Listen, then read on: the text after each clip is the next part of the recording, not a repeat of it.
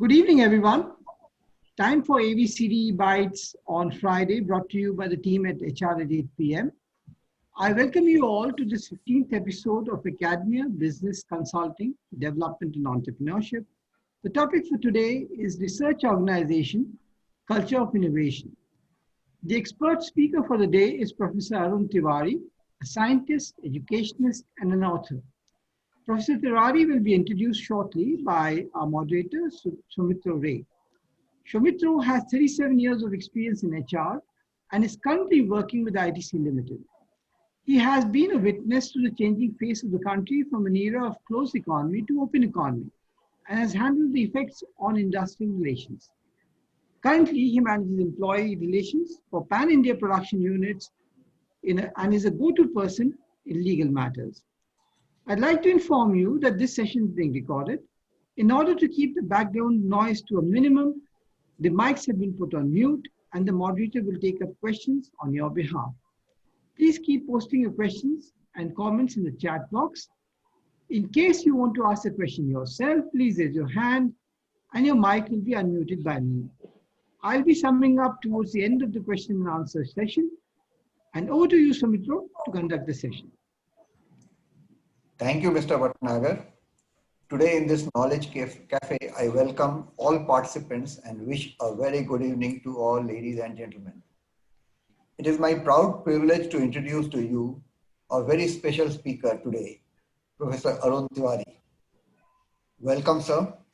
Our today's topic, Research Organization, Culture of Innovation, could not have had a better speaker than Professor Arun Tiwari, whose life revolved around innovation. For a towering personality like Professor Tiwari, no introduction is required. However, I have a job to do. Professor Tiwari, having completed his post-graduation in mechanical engineering, joined DRDO as a missile scientist in 1982.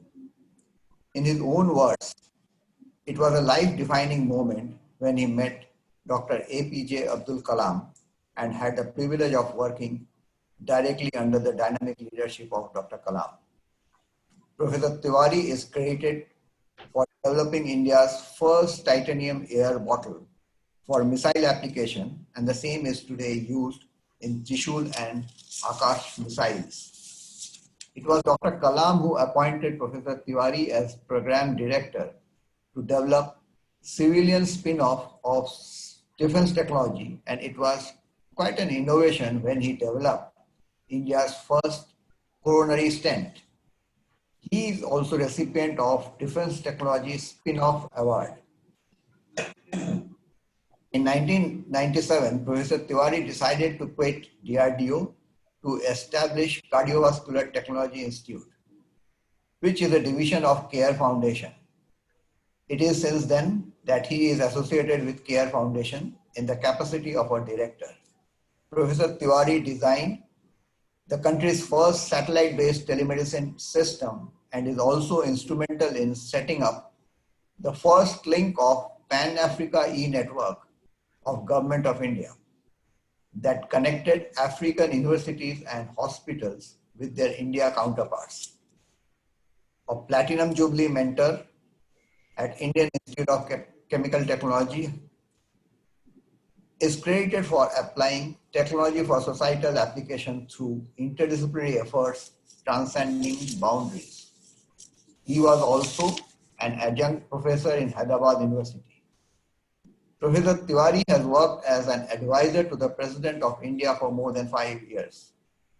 He is a prolific writer and has authored several books. He holds the distinction of co-authoring the very famous book, Wings of Fire, along with Dr. Abdul Kalam. There are 4 other books which he had co-authored with Dr. Kalam. If I have to quote Professor Tiwari, he would say, extraordinary people are indeed ordinary people who do extra work. Ladies and gentlemen, with these words, I would invite our guest, Professor Arun Tiwari, to share his thoughts on today's topic, Culture of Innovation. Welcome, sir. The stage is yours. Thank you very much, sir. Thank you, Atulji, Thank you, Soumitra ji, and all other friends online. I say very satisfying moment. I'm 66 years old now, and for some health reason, I was confined to my home for last 1 year. Nothing to do with Corona. It was well before Corona, and I thought that's it. But then two things happened. One is that one American gentleman, much senior to me, 77-year-old, nominated for Nobel Prize 2 times. And he did his law from Harvard in 1965 and PhD from Johns Hopkins in International Relations in 1970. He landed up to my house through some very weird references. And it was last year in August. And then he told me that, and he told with very finite terms that China and America, we are going to decouple. So I was really enthused and become suddenly interested because decoupling is a mechanical engineering term. So I like his term, decoupling. But what he said next was much more interesting.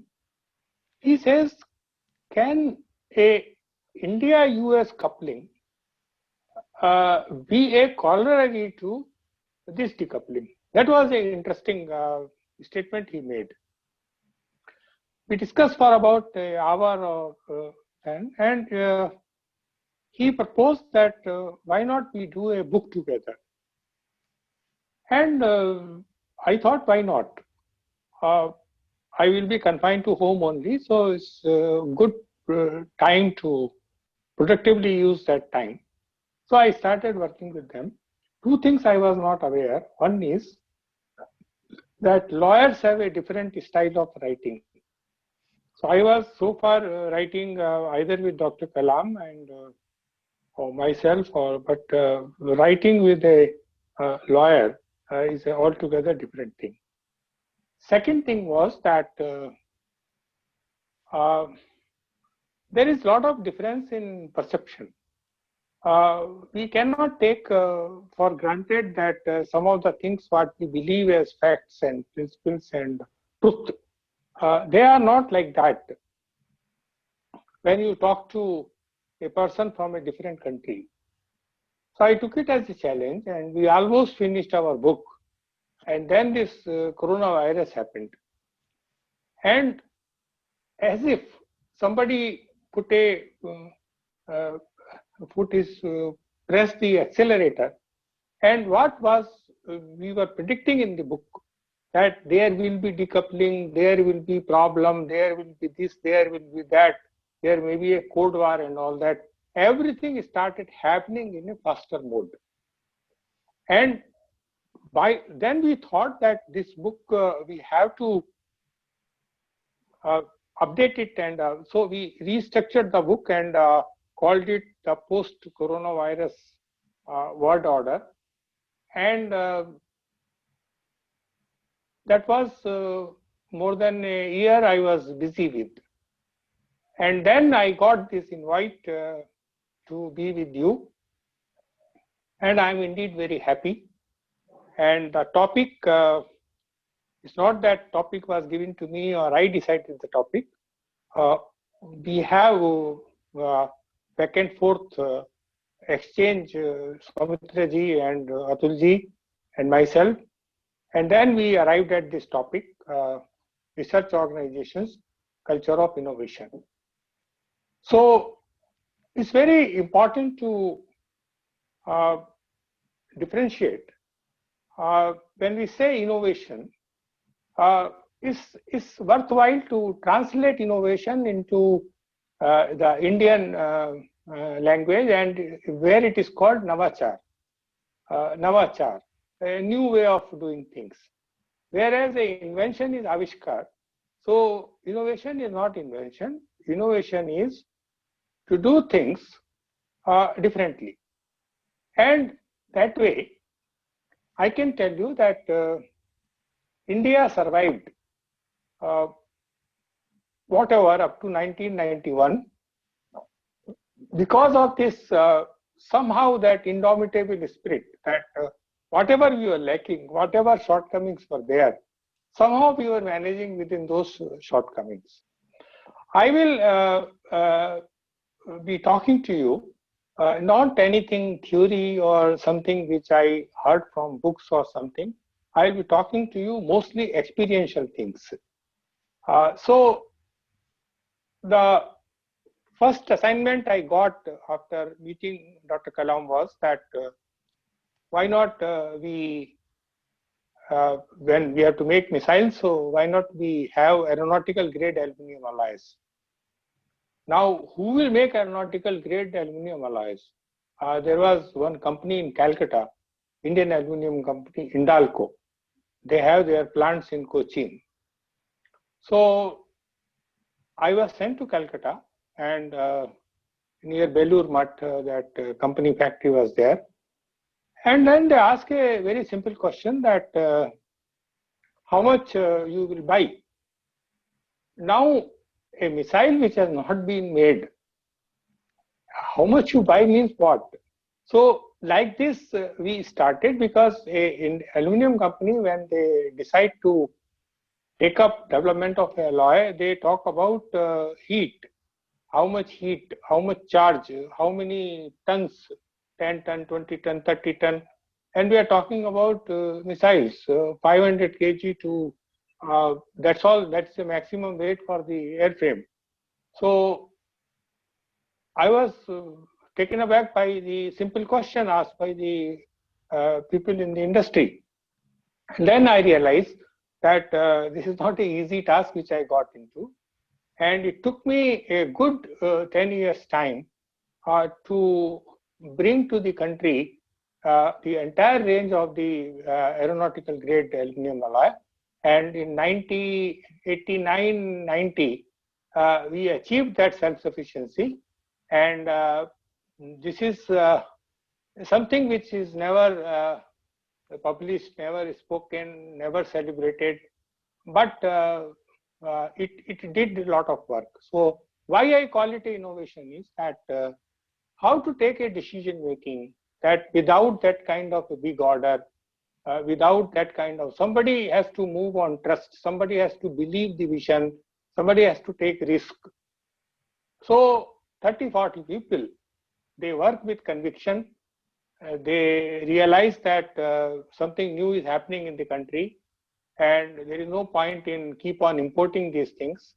So it is better that we do it. At that time, the aluminum can, which is so common now, everything is served in aluminum can, it was non-existent. And I met one young girl, Jaita Gupta Roy, in Indal, and she was doing her thesis, master's thesis in MBA, the viability of having the aluminum can. And most of the people who have not gone abroad, they have not even seen aluminum can. So that is how things change. There were no mobile phones. So it was a different world. Now it looks, it was a different world. We were working in a different world. Then the second assignment I got was the titanium 6Al4V, 6 aluminum 4 vanadium air bottle. Air bottle is a high pressure container in a missile, and the pressure is quite a bit high. It is about 400 atmospheres. So if it is not made properly and by any misfortune it bursts, because it contains air inside, it will be like a bomb.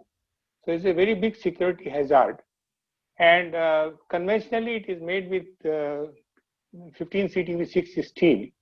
So advantage of making in titanium was that for the same weight, for the same strength, we bring the weight down to almost half, because the density of titanium is around 4.5 and steel is more than 8. But the problem was that nobody knew how to work with titanium in our country, and how to, first of all, the titanium itself has to be imported, and after that is a very tough material, almost as hard as diamond to machine, and a very bad conductor of electricity, very bad conductor of heat, and you put any tool, the tool will get heated up and it burn. And because it is having a hexagonal lattice structure, so in one side its properties are different, and on the other side its properties are totally different. It is not like steel, which is cubes, and in which direction you do, the properties are same. In case of titanium, properties are remarkably different from one axis to another axis. So very complex situation, we succeeded. And finally, the highest challenge came when I was asked to make a coronary stent, and coronary stent looks very simple. Our old variety of ball pens, there used to be a small spring, and if you put that spring and this spring, they look almost same. But then why so much fuss? Why it is so expensive? In 95 itself, it used to cost around 75,000 rupees. And the first thing I remember, Dr. Kalam told, why the hell this should cost 75,000 rupees? That means there is some secret in the material. And then we decoded what is the secret in that material. The secret was that this steel is totally ferrite free.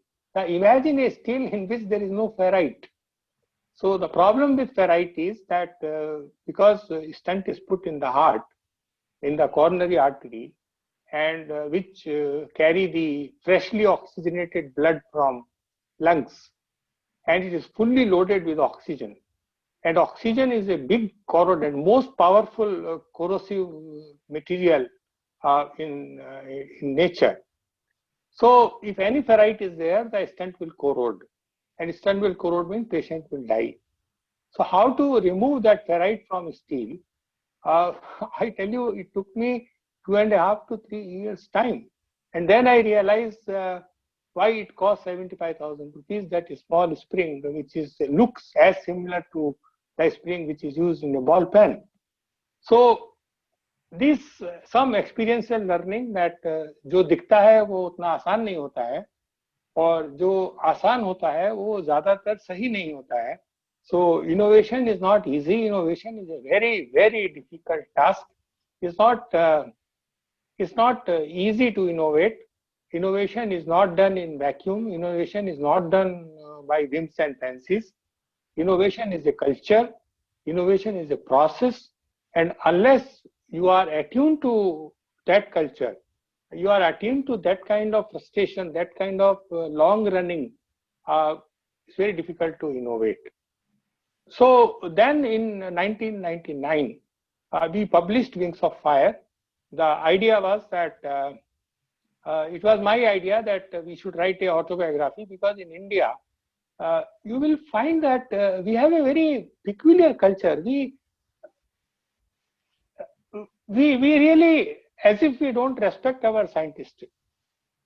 There is no biography of C.V. Raman, of J.C. Basu. I mean, they are all great people, but somehow we don't write biographies.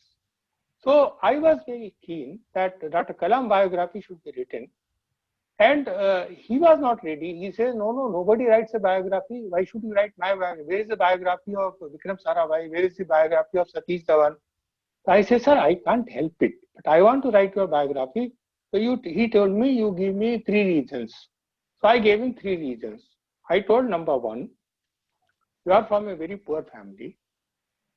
You educated all along in Christian schools where they don't charge much fees.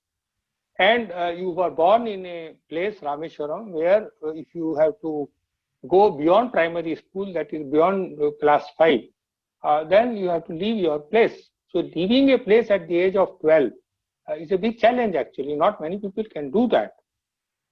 And after that, you struggled your way through the Sarkari system and did BSc, not knowing that to go to engineering, you need not do BSc. After intermediate, you can go to engineering But then he was not knowing what to do after intermediate, so he went through BSc.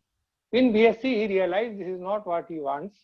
Then somebody told that there is a college in Chennai, Madras at that time, Madras Institute of Technology, MIT it is called.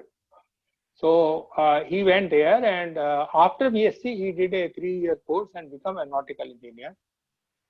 And we have written all these things in Wings of Fire, the struggles. First time he came out of Chennai, when he got an interview call in Delhi. I mean, look at the exposure. He has not come out of Tamil Nadu, because from Rameswaram to Ramanathapuram, Ramanathapuram to Tiruchirappalli, Tiruchirappalli to Chennai. First time he took a train when he went to Delhi, and the train was called Grand Trunk Express, and it was his first exposure to rest of the India.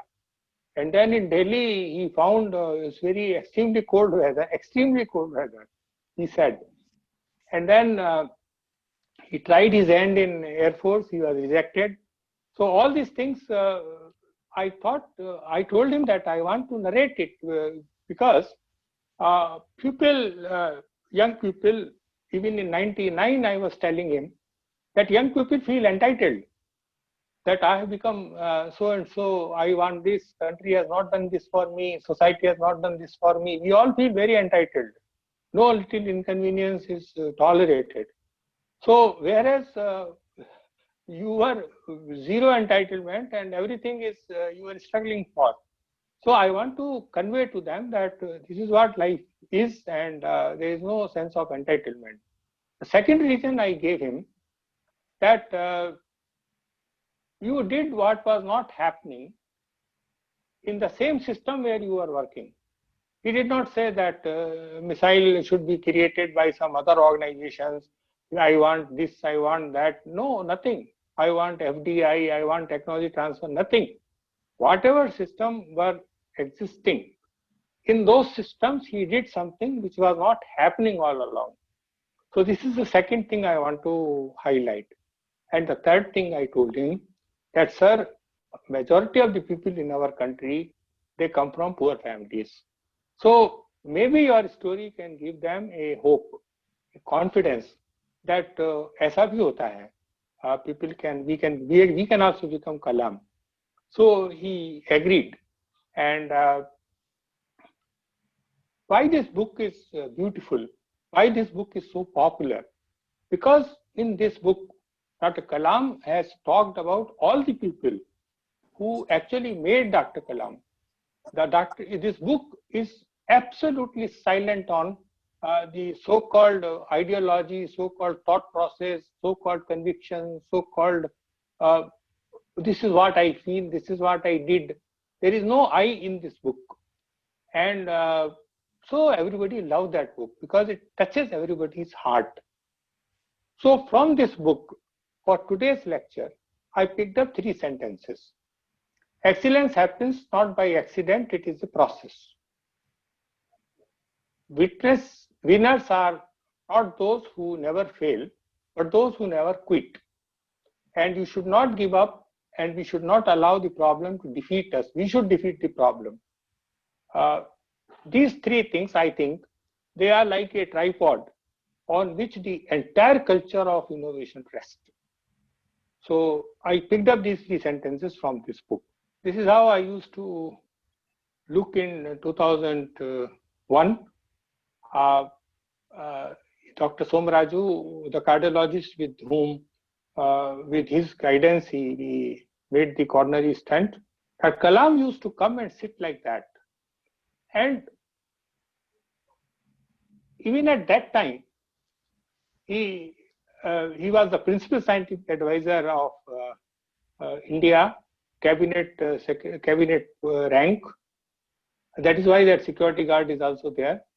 But the point is that he will go to places and he will sit with the people, and then he will ask questions and he will try to understand what they are doing. And we were the first people inspired by him. No mandate came from anybody. Nobody gave us some crores rupees of grant. We just try to see that things are changing, technology is coming, and we were first to enable doctors to consult patients by image handling and video conferencing. The word telemedicine also came little later. So that was a really new way of doing things. And the same platform, because we were the first, so after Dr. Kalam became the president of India in 2002, which itself was a historical innovation, because generally not his kind of people are selected for these positions. Not before that, not after that also. So he gave that idea that why don't this work? Why don't you give it to Africa? Because Africa was badly wounded in Cold War era, and it was divided between Soviet Russia and Western countries, and the whole continent had a very bad shape. And it's very difficult to go from, say, Kenya to Tanzania, or a lot of big animosity between them. So Dr. Kalam gave this idea that why don't we make a Pan-Africa e-network and use the same technology and connect the whole continent. 54 countries are there on the continent with each other, at least electronically. Roads and all, when they will come, we don't know. I tell you, as recently as 2017, when I was in Africa, I was trying to go in Uganda, a place about 100 kilometer distance, and I gave up halfway because after spending 5 hours on road, I could not even complete half of the journey. That is such a bad road and such a bad traffic in 2017. So this is the situation.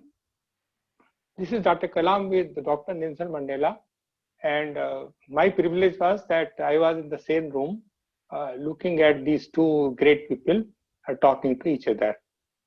Before I proceed further, I want to tell you some very interesting thing. Everything was going fine and the meeting was going very well.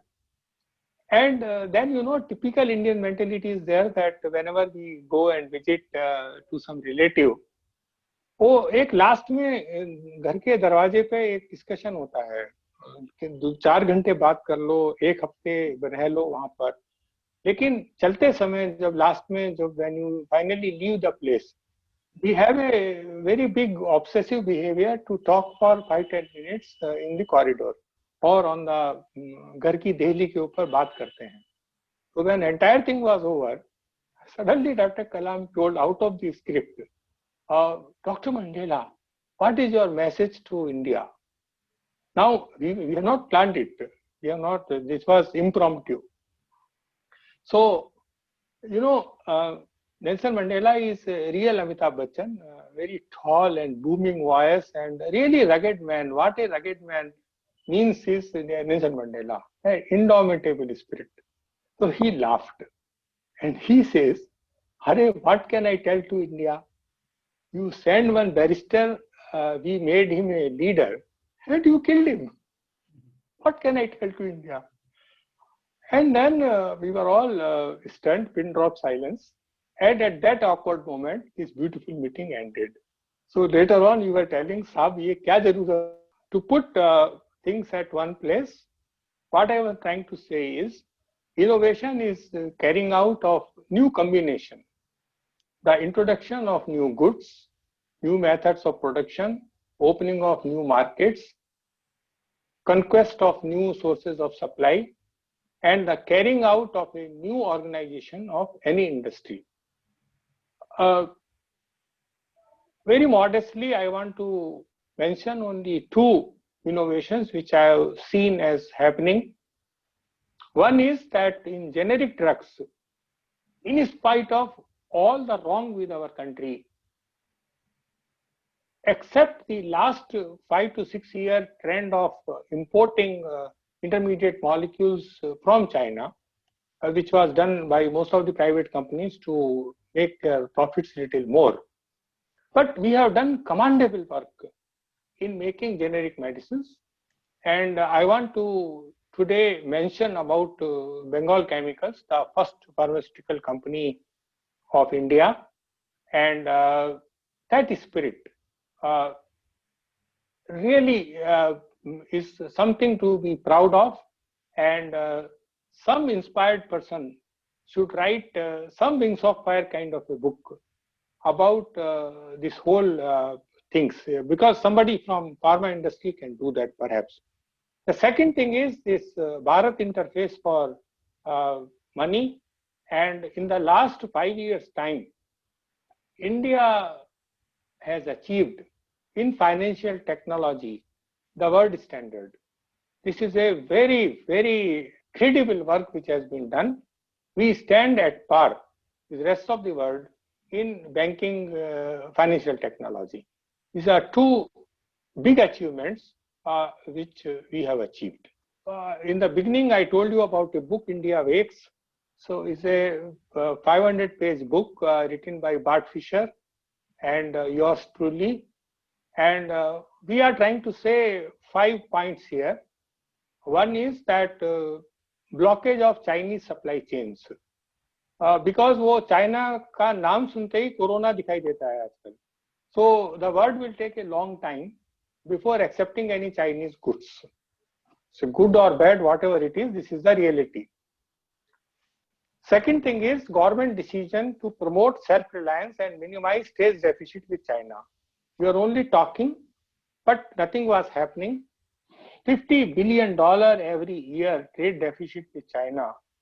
No sensible country should continue to live with that kind of a situation, because that means that every year you are writing a check of $50 billion to your neighbor who does not even have an intention to respect you. So this is what is going on. Finally, a stage has come. वो नहीं कर सकते अभी. That much money is not there. So, and then employment problem is there. Every sort of problem is there in Indian economy. If you don't start doing your own thing, first of all, you don't have any money to import. And if you import also, nobody is going to buy that. So it is, finally, it is a fait accompli, or whatever you call it, that you have to be self-reliant if you want to survive in this post-corona world. Third thing is that America, the decoupling is a reality now. So we have to have a free trade agreement with the US on line of what they were having with China so far, before trade sanctions come. But then India has to come out a lot of inhibitions, and you know, we have a different kind of sentiments, and those sentiments and all we have to put behind if that has to happen. And then financial stimulus will be available. And a new thing which is happening, unfortunately, I feel very bad that we have so many 24/7 news channels.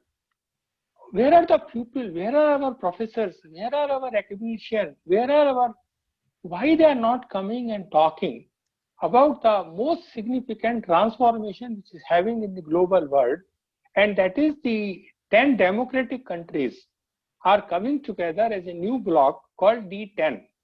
So D10 is basically the G7, which is which is United States, United Nations, United States, United Kingdom, Japan, Canada. These nations which are democratic, which are capitalistic countries, and which are run by this IMF, World Bank, that kind of system. So if you add India, Australia and South Korea, this will become a very, very formidable market, money market, financial institutions, everything. The whole world can flourish in this particular type of grouping. So this is what is happening. We talk about these 5 things. This is the gist of this entire India Wakes book. India wakes to this world where these things are happening now. Now coming to the topic proper for today, the prevalent culture is a culture of solution. What is Indian IT industry? Solution. You give us an order, we will make a software for you. So basically we are problem solvers, and it is famously called Jugaad. So we have to come out of this mentality of improvisation and import. या तो बना लो किसी तरह जुगाड़ करके, नहीं बन रहा है तो import कर लो. So this is what is prevailing today. But if you really want to go to the next step, if you want to really mean serious about 5 trillion economy, if you really mean to double the farmer's income, if you really mean that every Indian must have a house of his own with a tap water running into that, if you really mean Ayushman Bharat, 50 crore people are having health insurance, meaningful health insurance. Health insurance means you will be provided healthcare free, but where? So meaningful health insurance means not only it will be free, it will be provided also. So there comes the culture of innovation. So once we come to culture of innovation, we are talking about technology, we are talking about world-class product, and we are talking about human resources. Because this entitlement, it won't work. You have to have a different kind of mindset, and it's going to be a very big problem. It's not going to happen just like that. But unless these things are happening, unless this improvisation and import mentality is changed to technology, world-class products, and human resources, things are not going to change significantly. And if things do not change significantly, then your neighbors are not going to keep quiet, particularly the eastern neighbor, and they will step in.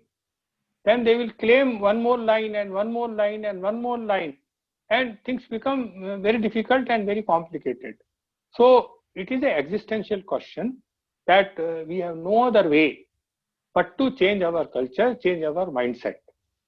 If we do it, somehow do it, determination के साथ करना है, so maybe in few years time, things will start bearing fruits. By slogans, by telling, by wishful thinking, nothing change in this world. You have to change your mentality, you have to change the way you work, and then a cultural change should come. From that cultural change only, societal transformation take place. If we really have to exist in the global world and capitalize on deed and market, that Indian product can be sold in Japan, Indian product can be sold in Australia. If you want that kind of a situation, then you should have a professional excellence in whatever we do, business ethics, and global processes you have to follow. Professional excellence, business ethics, and global processes you have to follow.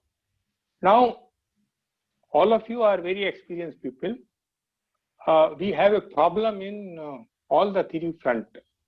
So without sorting out these problems,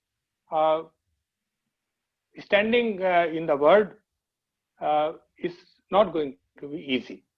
We'll continue to have our trade deficit. We'll continue to import and consume. So that culture is not going to change unless we change our focus into these three. In conclusion, I will say that we cannot solve our problems with the same level of thinking that created them. So those problems will continue to be there. That acrimony, that lack of trust, that argumentative Indian, as Amartya Sen has said, that it will continue unless we change the level of thinking that created them. So it's a big question, and the answer has to come from people who are participating in this event, because these answers will not come from young people, these answers will not come from bureaucrats, these answers will not come from academia professors, these answers will come from the people who have toiled in the industry, who have seen things changing, who have seen mobile phone coming, who have seen that how difficult it was in the old time and how easy it is now. But with that easiness, you open the window, then air will come, but mosquitoes also come. So the problems also we have because of this change. So now if we have to solve our problems, we have to change the level of our thinking, because unless it is done, real solutions are not going to come out. This is a beautiful picture of Albert Einstein bicycling in his house, and this is what it is. I will close my presentation here and request for the interaction. Sir, we have one question from Indranil. He asks, in a research organization, how do you fix target and what are the performance parameters? Problem with our research organization has been that, with the exception of organization like ISRO, I will not even include DRDO into that, only ISRO, they have a target that this is what we want to achieve.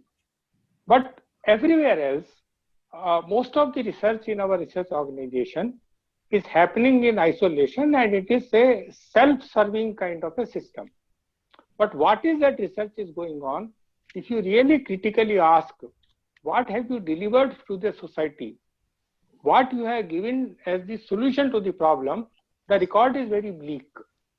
And there is a problem that our research organizations are not having a proper defined vision, which is converged into changing the living standards of the society.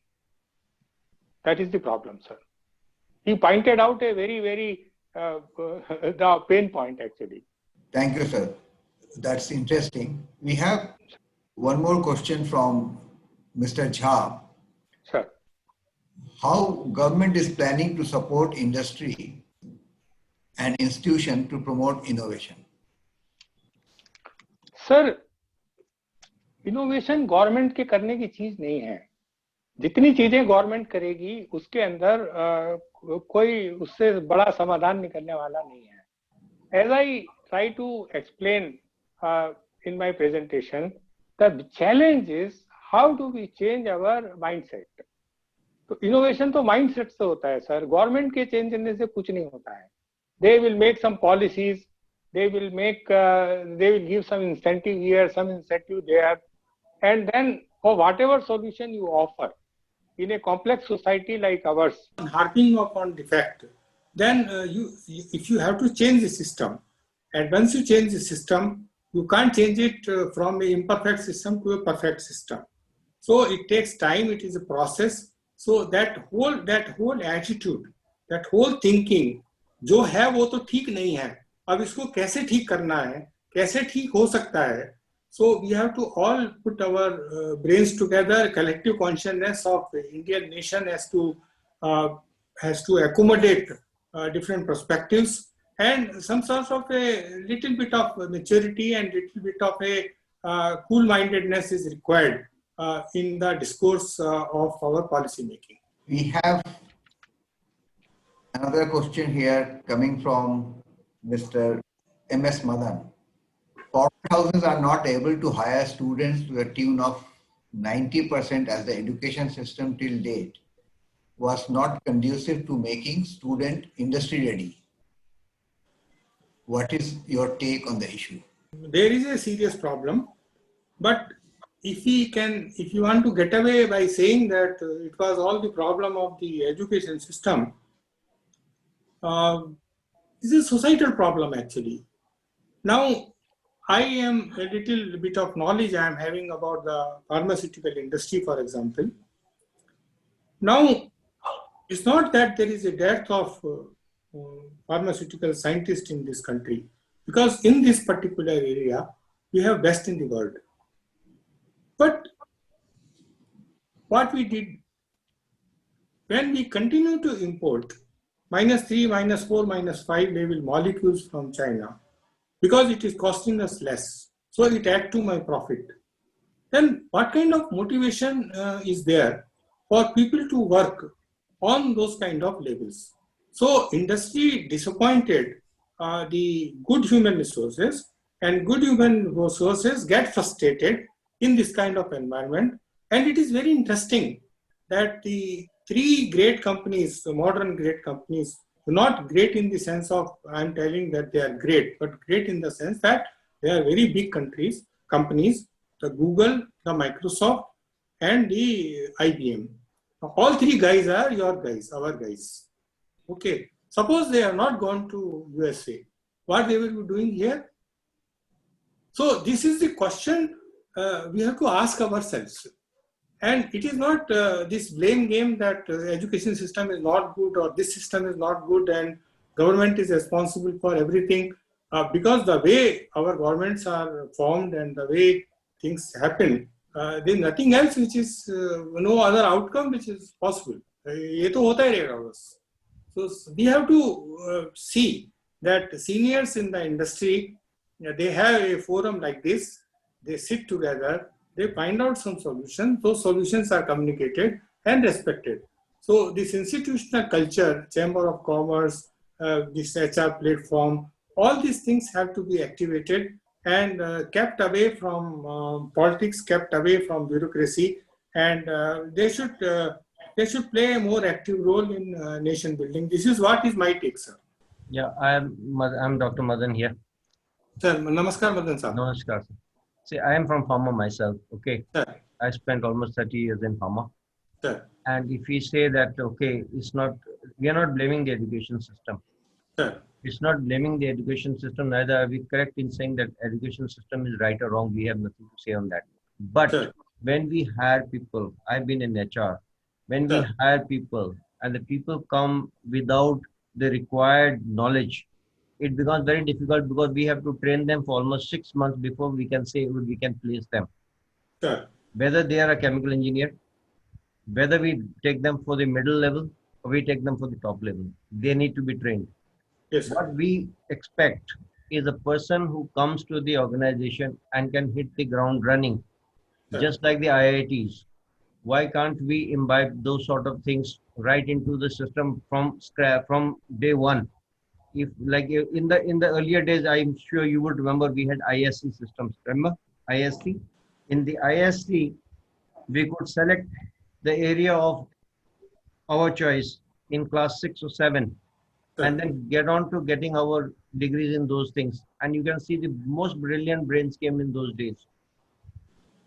Even today, they are producing excellent people, but I think we need to allow a free hand to the education system also.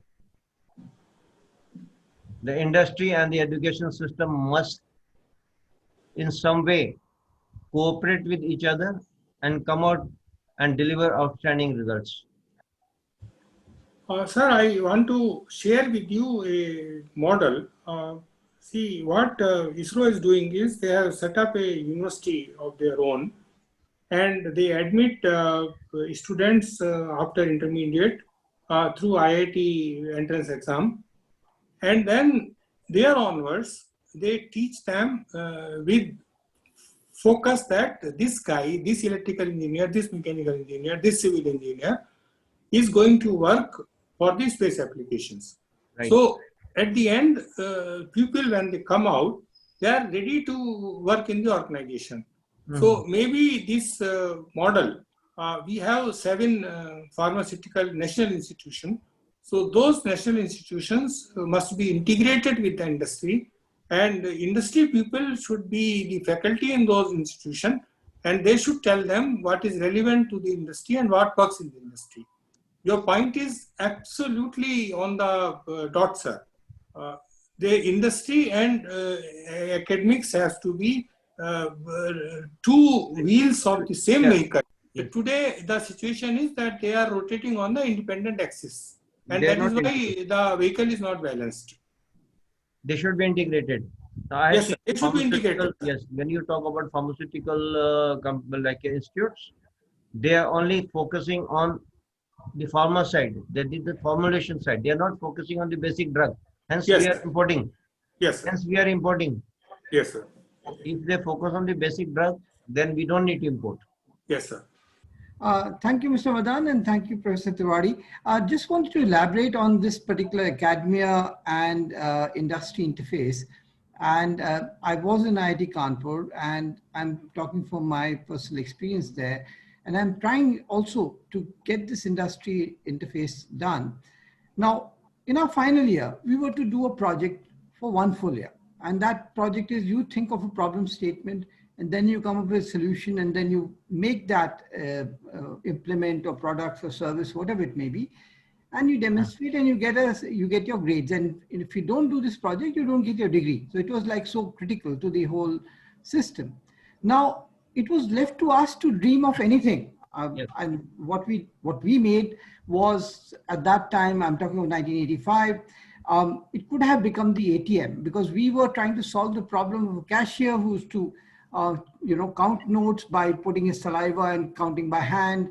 And that was a very unhygienic, error-prone kind of thing. So we created a machine which could dispense notes of a particular kind, depending on how many notes you want. A very rudimentary form of an ATM, which is like, I'm talking of 1985. We thought we were the first ones in the world to do it, because there was no internet, there was no books to say that the ATMs existed in other parts of the world. But that was the thing. Now, to Mr. Madan, I mean, and since you are from the pharma industry, what would be very good that whether you approach IITs or NIITs or whichever institute, wherever there's chemical engineering or wherever there is pharmaceuticals information is being shared or taught, there you suggest projects to them. I mean, you give them those problem statements coming from the industry. So you set minds thinking there and then. But the fact of the matter is, those kids who are coming out at that time, they are very passionate. They've got the minds are fully running, and they can pick up some of those problems and start solving them at the institute level. They might come up with a very simplistic solution, but the fact of the matter is the minds are on fire.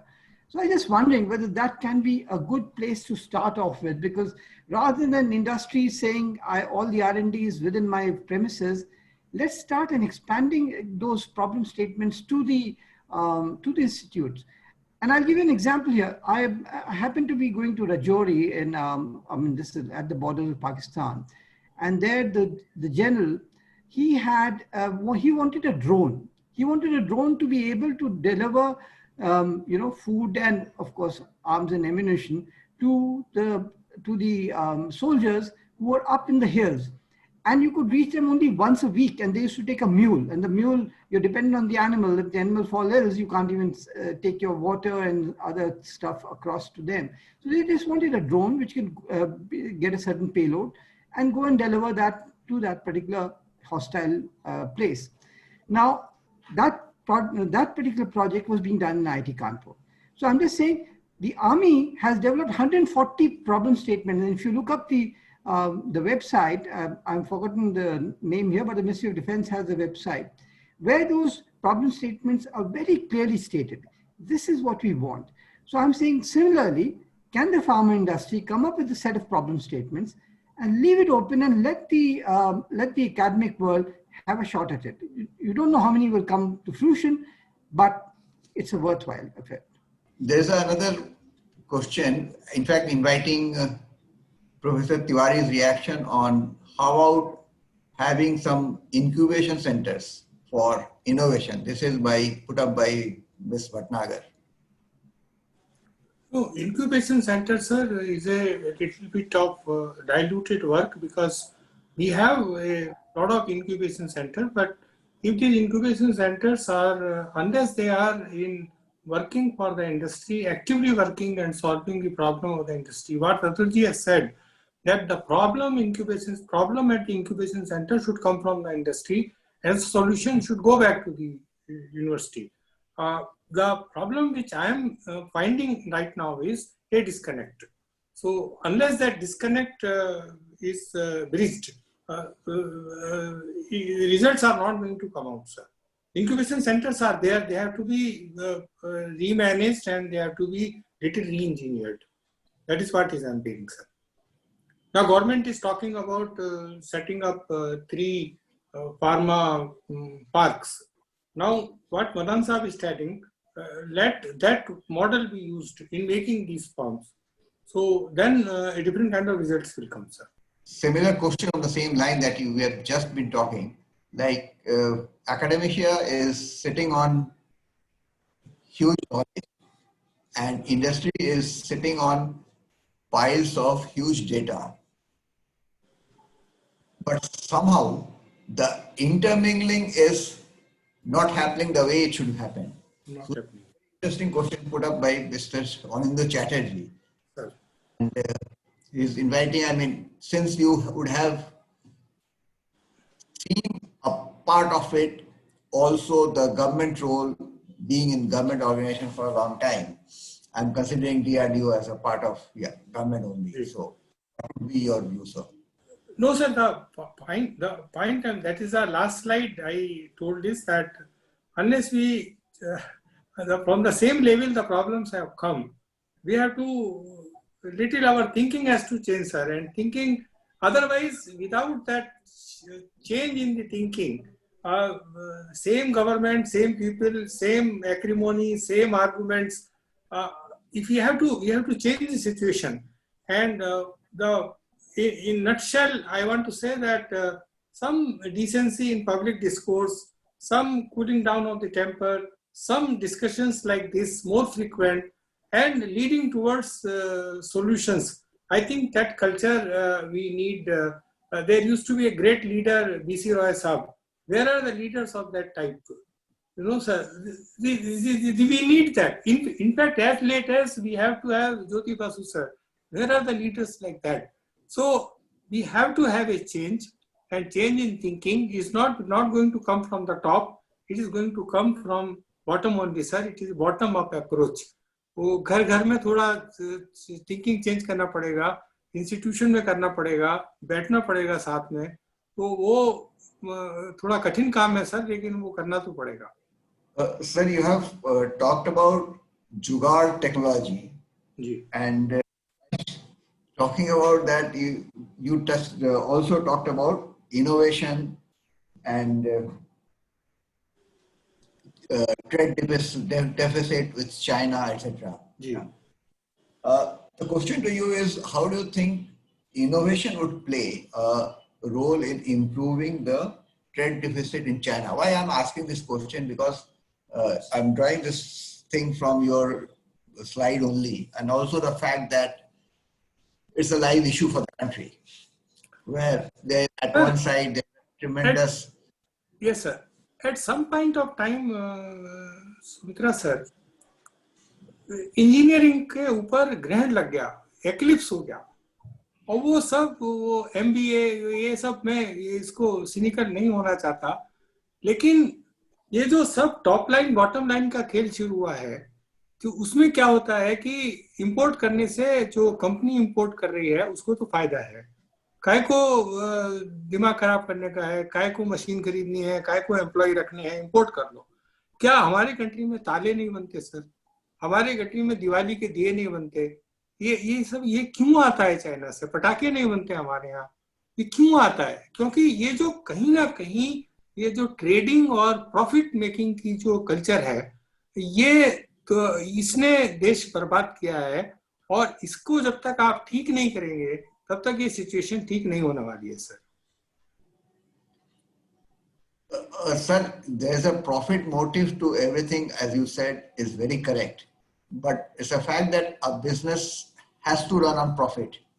So कोई भी model तब तक ही successful होगा जब तक वो एक profit motive पर चले. So नहीं सर, वो प्रॉफिट मोटिव एक कंपनी का हो या उसमें एक सोशल एंटरप्राइज हो, आफ्टर ऑल आप दिवाली के दिए बाहर से मंगा के बेच लीजिए, आपका प्रॉफिट तो बन गया, पर वो 1000 लोग जो घर में दिए बना के उनके घर में रोटी, उसका क्या होएगा सर? और ये कोई गवर्नमेंट तो प्रॉब्लम, गवर्नमेंट से कुछ नहीं होने वाला सर. जितना गवर्नमेंट कम रहे, दूर रहे, उतना ही अच्छा है किसी भी देश के लिए. तो जितनी ज्यादा चीजें गवर्नमेंट के पास जाती जाएंगी उतनी ही मुश्किलें बढ़ती जाएंगी sir. Actually Thank you, sir. I think that's all that for the questions, and I think we had a lovely evening. I would request Mr. Bhatnagar to, if you can. Yeah. Thank you, Soumitra ji, and thank you, Professor Tiwari. A very enlightening session. I must say that, yes, I do understand you've got a health problem, but your mind is fresh and your mind is seeking very high things for us to get inspired by. So when you started off talking about the American gentleman, I believe it must be Bart Fisher. I Yes. picked up that name from the book label. Sir. And you talked about writing before the coronavirus happened. So you could see ahead. I mean, right from the American, Bart and you were planning a book on decoupling of US and China when many of us hadn't even thought will happen. But it is happening, and now the decoupling of India with US, and you talked about later about D10, which is G7 plus Australia and South Korea and India, to make it a D10 kind of a new bloc. I think that will be great to happen. It will be a great thing to happen. The reason I'm saying this is that you have been and you are still very active, and I would like to wish you good health in that respect, to continue with that kind of thinking and inspiring us. You talked about Navachar and Avishkar. Now that's got my mind thinking, because I was only thinking of innovation, but now there is a Navachar and Avishkar, and I can sense the difference, but I won't say I know the definitions completely. But then, yes, now with that in mind, and when you talk about your aeronautical grade alloys and titanium bottle and the coronary stent, look at the kind of widespread knowledge by which you have applied your innovation things to, I mean, right from, I can't even get the connection between a coronary stent and an aeronautical grade alloy or a titanium bottle. So for the viewers, I'd just like to say, look, when you have that innovation spirit and when you are thinking with that mindset, anything is possible, very frankly. I mean, to see the wide variety of innovations that you were involved in and you brought it to fruition, despite all the other problems. I talked about 10 years for till 89, 90, till you became, let's say, self-sufficient in aeronautical grade alloys. That's a big thing. I mean, in 10 years, people can really get frustrated. And I think that's what's happening now. We also need this is where we need tolerance. This is where we need patience. Innovation doesn't happen overnight. It might take years together. We keep hearing the story of Thomas Edison making the bulb and some 2,000 steps that he had to undergo before he made the bulb. But that was patience. And I think we are, and a current generation, we have to, we talk about the millennials and the Gen Zs, etc. They are very impatient. I mean, they just want to see something happening. Otherwise, it doesn't happen. They get frustrated. They move to the next one. And that's what this startup culture is about. You know, you get a valuation and then you try and get more money. It's more about getting money in rather than getting a product out which will transform people's lives. So I think that is what I could gather as a very big change we have to bring in the mindset.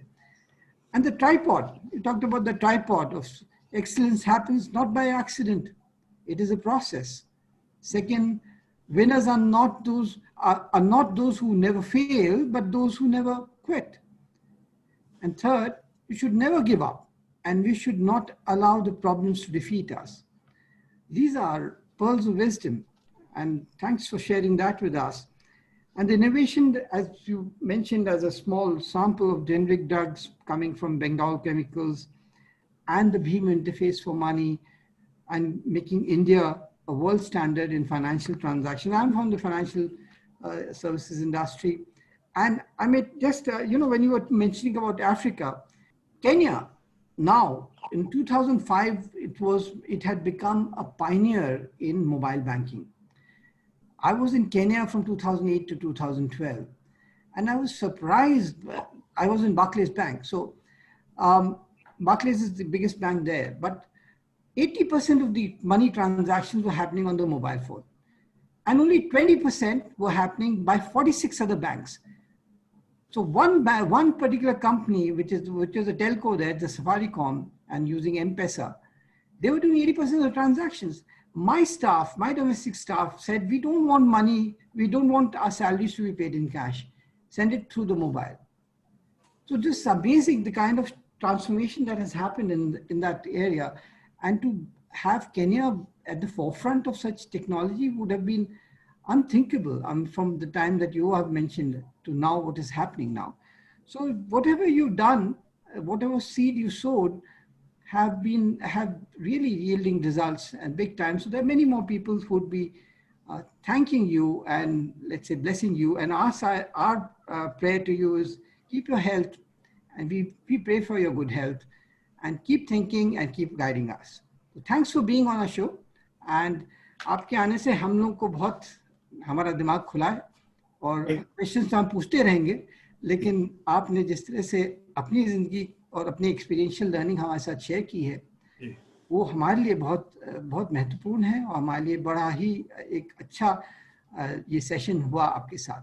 So thank you for giving us the time. Thank you, sir. Thanks to everybody. I joined very late today, but found the session to be extremely engrossing and so insightful. And it actually, induced so many thoughts. If and either or, a nice session by Dr. Tiwari. Thanks to Soumitra and Atul sir for all the cooperation. And last but not least, the participants and Indraneelda.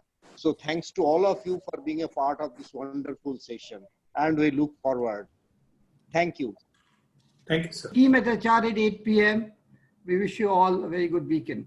And Thank you, sir. Tiwari. Thank you. Thank you. And thank you.